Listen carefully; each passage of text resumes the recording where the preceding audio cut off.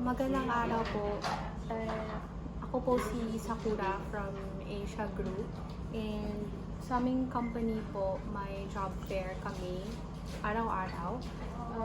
Ang schedule po ay Monday, Wednesday, Friday at 11 po. Yung job interview naman is 2 p.m.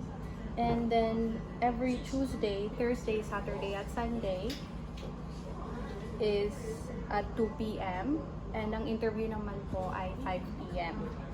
So before po ng interview ay makakatanggap po kayo ng ticket para sa free lunch po.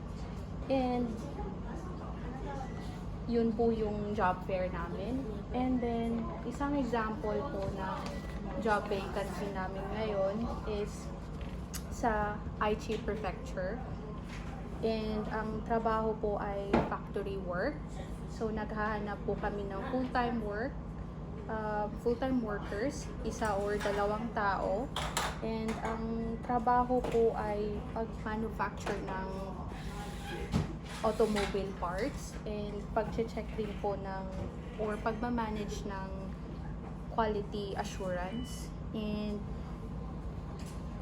ang sweldo naman po ay from 184,000 yen hanggang 300,000 yen at may bonus po tayo. Hindi po kailangang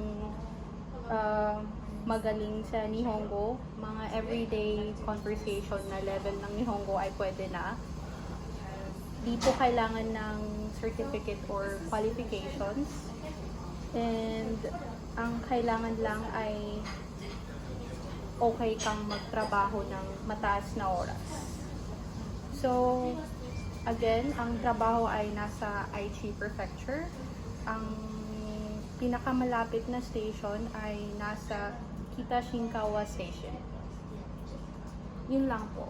Ang interview po pala is 5 p.m.